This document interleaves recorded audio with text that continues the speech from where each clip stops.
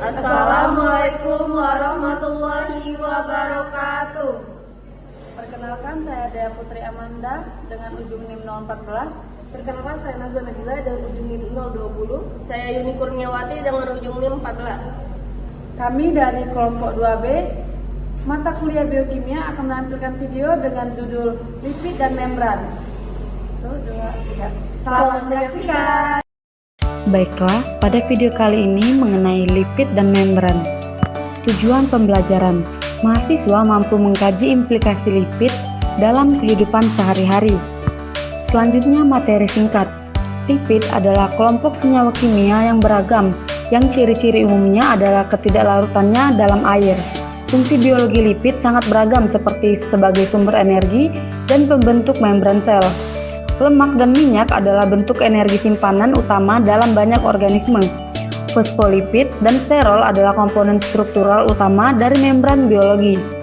Lipid lain memerankan penting sebagai kofaktor enzim, pembawa elektron, pigmen penyerap cahaya, ikatan hidrofobik untuk protein, pendamping yang membantu lipatan membran protein, agen pengemulsi dalam saluran pencernaan, hormon, dan pembawa pesan intraseluler. Bahan atau sampel dan alat yang digunakan. Untuk bahannya sendiri yaitu kelapa tua segar dan air hangat secukupnya. Untuk alat yaitu ada parutan kelapa atau blender, kain saring atau saringan halus, yang ketiga wadah untuk menampung santan, yang keempat sendok, yang kelima pisau atau talenan untuk memotong kelapa. Prosedur proyek. Yang pertama, mempelajari dan memahami pokok bahasan mengenai lipid dan membran. Yang kedua, mencari tahu sumber pangan yang berkaitan dengan lipid dan membran. Yang ketiga, persiapan dalam membuat video.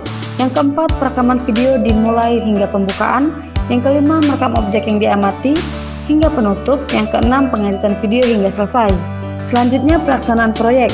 Pada video kali ini, kami membuat santan kelapa. Yang pertama, menyiapkan kelapa tua, lalu dibelah dan keluarkan daging kelapanya dari tempurung menggunakan pisau.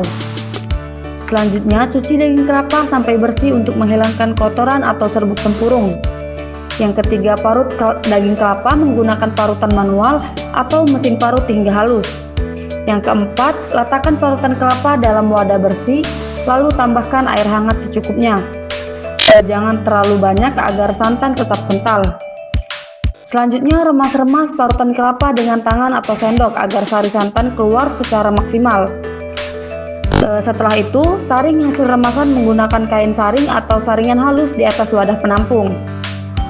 Selanjutnya, peras ampas kelapa hingga santan benar-benar keluar dan terpisah dari ampasnya. Yang kedelapan, jika ingin santan lebih kental, proses penyaringan bisa dilakukan sekali lagi dengan air yang lebih sedikit. Selanjutnya, pembahasan.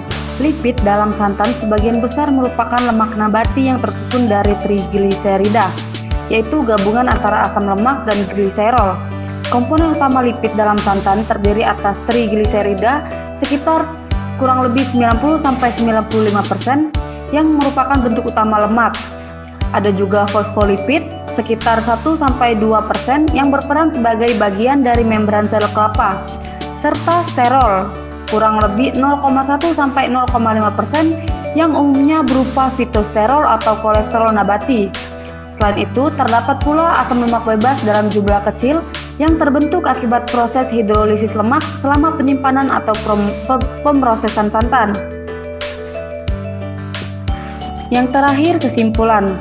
Lipid adalah senyawa yang tidak larut dalam air, berfungsi sebagai sumber energi, pembentuk membran sel, serta komponen struktural seperti fosfolipid dan sterol. Lemak dan minyak nabati menjadi cadangan energi utama. Lipid membantu penyerapan vitamin A, D, E, K, melindungi organ, menjaga suhu tubuh, dan membentuk hormon. Contoh pangan berlemak di sekitar kita yaitu alpukat, keju, coklat, mentega, santan kelapa. Lemak tak jenuh baik bagi tubuh, sedangkan lemak jenuh dan trans perlu dibatasi. Sekian dari kelompok kami akhiri.